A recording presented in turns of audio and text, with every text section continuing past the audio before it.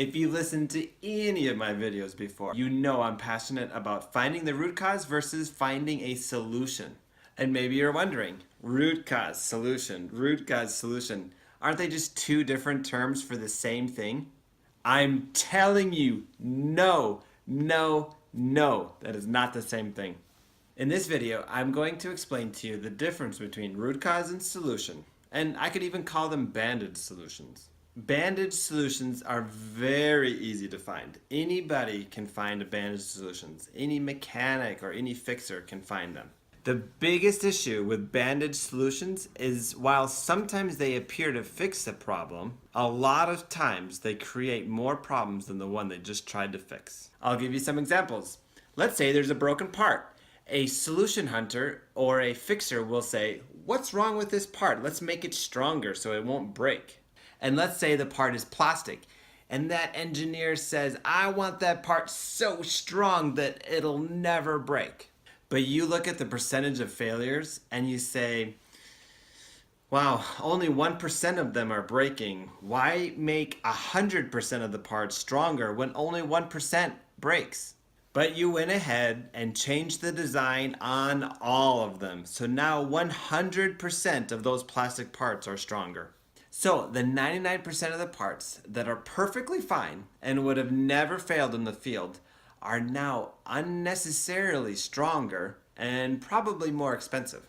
Instead of hearing a problem and immediately thinking about a bandage solution, a lightning fast problem solver will always think of the root cause first. In this example, I found out that the root cause was an event of the robot running into the plastic part and breaking it. So the engineers made that plastic part so strong that when the robot collides, it starts to break the parts around the plastic part that are much more expensive. And sometimes it takes months to find the new problem. And these parts are stronger now, so they'll last longer in the field, and that further complicates the new problem. And then the more expensive part fails. And a lot of times there is no link to the design change because a different engineer owns this different part. And sometimes it's harder to find the root cause now. So instead of finding a bandage solution that will probably cost you more money and not even fix anything, find the event that's causing the parts to break, and that is your root cause.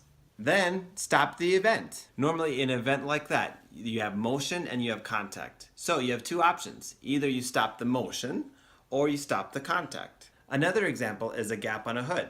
So normally the gap is like this, but this particular example, the gap was a V gap.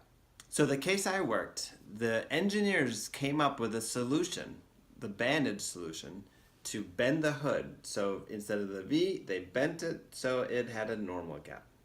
Interestingly, when they bent the hood, it also made a cracking noise. And so immediately I knew they were cracking the hoods by fixing the gap. You don't see it in the paint, and those hoods might be fine the first year. But after then, can you imagine the warranty if those cracks started showing up in the hoods? So the bandage solution was to bend the hood, but the root cause lived in how they assembled the bracket onto the hood.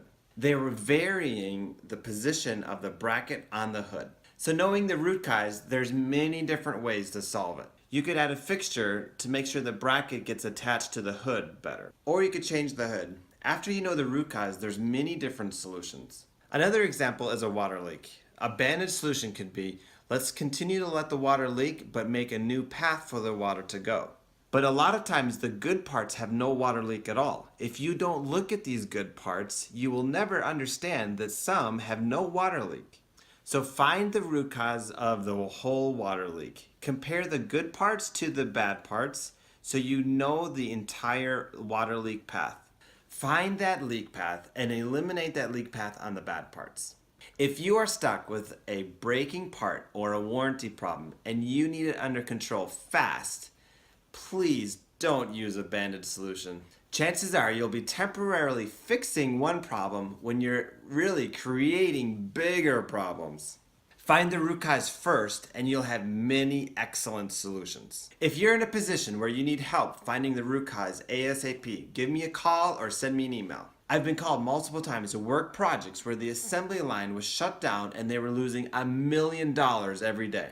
I helped them to get it under control fast so they could start turning a profit again. I would love to help you too.